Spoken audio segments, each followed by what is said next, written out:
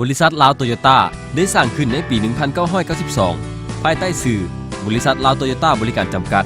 โดยแม่นทานวิรจิต พิลาพันเดชซึ่งเป็นประธานบริษัทและผู้บริหารทุกทวนหน้าได้เอาใจใส่ทุ่มเทแห่งกายและแห่งใจเพื่อก่อตั้งบริษัทนี้ขึ้นมาและในวันที่ 7 ตุลาปี 1992 บริษัทลาวโตโยต้าบริการจำกัดก็ได้เปิดตัวอย่างเป็นทางการพวกเขาได้ใบยั่งยืนจาก Toyota Motor Corporation ให้เป็น Toyota Auto Service Station นับแต่ปี 1992 หาปี 1997 บริษัทได้เอาใจใส่เฮ็ดเวียกอย่างทุ่มเทเพื่อตอบสนองความต้องการของตลาดอยู่สปป.ลาวบ่ว่าจะเป็นฝ่ายขายฝ่ายบริการหลังการขายฝ่ายอะไหล่และฝ่ายเทคนิคทุกฝ่ายล้วนแต่มีบทบาทอันสำคัญในการสร้างความมั่นคงให้แก่บริษัทแต่พวกเขาก็บ่ได้หยุดเพียงเท่านี้โดยเฉพาะแม่นทานวิรจิต พิลาพันเดชเพิ่นก็ได้คิดที่จะปรับปรุงศูนย์ใหม่เพื่อตอบสนองให้เหมาะสมกับความต้องการของลูกค้าที่เพิ่มขึ้นและในปี 1997 ศูนย์ที่ปรับปรุงใหม่ก็ได้เปิดให้บริการต่อมาในวันที่20 เดือนกุมภาพันธ์ ปี 1999 บริษัทลาวโตโยต้าบริการจำกัดก็ได้นำเข้ารถกระบะ Hilux Tiger เพื่อมาจำหน่ายในสปป.ลาวเป็นครั้งทำอิฐเฮ็ดให้ความนิยมรถในตระกูล Hilux มีอัตราที่เพิ่มขึ้นและยอดขายของพวกเขาก็เพิ่มขึ้นอย่างเห็นได้ชัดเจนและสิ่งที่ให้พวกเขาภูมิใจและปิติยินดีก็คือในระยะปี 2000 หา 2001 ซึ่งเป็นปีทำอิฐที่พวกเขาได้ทะลุเป้าการให้บริการและซ่อมแปลงรถหลายกว่า 5,000 คันต่อปีจากการขยายตัวของบริษัทภายในปี 2004 ทางพวกเขาก็ได้ทำการปรับปรุงศูนย์ใหม่เป็นครั้งที่ 2 เพื่อเฮ็ดให้ศูนย์แห่งนี้มีความทันสมัยยิ่งขึ้นสิ่งที่พิเศษก็คือทางบริษัทลาวโตโยต้าบริการจำกัดได้นำเอารถ Toyota Hilux Vigo รุ่นทำอิฐ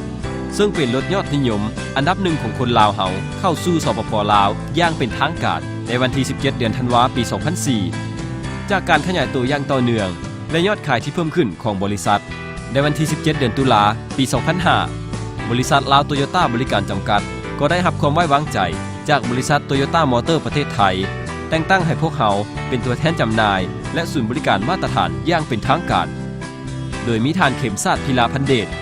ประธานบริษัทลาวโตโยต้าบริการจำกัดและทานริโยชิ ซาสกิ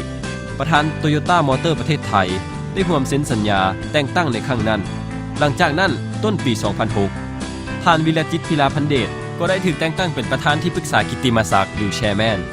โดยมีทานเข็มซาด พิลาพันเดชเป็นประธานบริษัทและทานประสาทไซ พิลาพันเดชเป็นผู้อำนวยการทั้ง3ทานนี้พร้อมพนักงานทุกระดับได้ทุ่มเหือเทแหงเพื่อเฮ็ดให้ศูนย์ของพวกเขากลายเป็นศูนย์ที่ทันสมัยและเป็นที่ยอมรับทั้งภายในและต่างประเทศและในปีเดียวกันบริษัทได้มีโครงการปรับปรุงศูนย์ใหม่ขึ้นให้ทันสมัยกว่าเก่าและในเดือนมิถุนายน ปี 2006 โครงการเริ่มต้นก่อสร้างและปรับปรุงศูนย์ใหม่ก็เริ่มขึ้นและได้เปิดตัวอย่างสง่างามในวันที่ 27 เดือนเมษายน ปี 2007 และสิ่งที่น่ายินดีที่สุดในปี 2006 ซึ่งเป็นปีทำอิฐที่พวกเขาได้ทะลุเป้ายอดจำหน่ายรถหลายกว่า 1,000 คันต่อปีลาวโตโยต้าบริการจำกัดได้มีการเติบใหญ่ขยายตัวขึ้นอย่างต่อเนื่องบ่ว่าจะเป็นทางด้านการขายและยอดบริการก็เพิ่มขึ้นซึ่งแสดงถึงความไว้เนื้อเชื่อใจและความเชื่อมั่นของลูกค้าที่มีต่อบริษัทของพวกเขาในเดือนกุมภาพันธ์ ปี 2008 บริษัทลาวโตโยต้าบริการจำกัดก็ได้เริ่มนำใช้โลโก้ใหม่ของบริษัทอย่างเป็นทางการขึ้นและมาฮอดวันที่ 16 เดือนสิงหาคม ปี 2008 ทางบริษัทลาวโตโยต้าบริการจำกัดก็เปิดตัวรถกระบะยอดนิยมรุ่นที่ 2 ของ Hilux Vigo Second Edition ออกสู่สังคมลาวซึ่งภายในปีนั้นบริษัทก็ได้ทะลุเป้าหมายการให้บริการและซ่อมแปลงรถหลายกว่า 10,000 คันต่อปีและสร้างรายรับจากการขายเครื่องอะไหล่สูงถึง$1 ล้านนี่แม่น1ความภาคภูมิใจของพวกเขาที่ก้าวไปอีกขั้นหนึ่งและมาในปี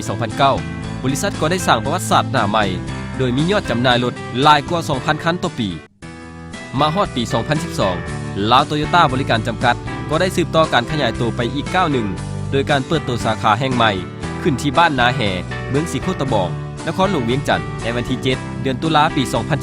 2012 ซึ่งศูนย์ใหม่แห่งนี้แม้นมีความทันสมัยและพื้นที่กว้างขวางเพื่อรองรับการขยายตัวของเศรษฐกิจที่เพิ่มขึ้นของสปป.ลาวและภายในมือเดียวกันนี้เองบริษัทซึ่งได้ดำเนินธุรกิจมาเป็นเวลาครบรอบ20 ปีเต็มก็ได้มีการเฉลิมฉลองวันสำคัญดังกล่าวอย่างยิ่งใหญ่ภายในมื้องานพวกเขาได้รับเกียรติอันสูงสุดจากพระประธานสมสวัสดิ์เล็งสวัสดิ์รองนายกรัฐมนตรีต่างหน้าให้รัฐบาลข ขึ้นมอบเหรียญทรายพัฒนาสั้นหนึ่งเพื่อยั่งยืนถึงการมีส่วนร่วมพัฒนาประเทศชาติบ้านเมืองนับแต่มือสร้างตั้งบริษัทจนถึงปัจจุบันยอดจำหน่ายและการบริการของบริษัทแม่นเพิ่มขึ้นปีต่อปีอย่างต่อเนื่องแบบก้าวกระโดดย้อนความภาคเพียรและบุกบืนของผู้บริหารและพนักงานทุกท่วนหน้าจึงเฮ็ดให้บริษัทผ่านผ่าอุปสรรคนานาประการจนประสบผลสำเร็จดังทุกมื้อนี้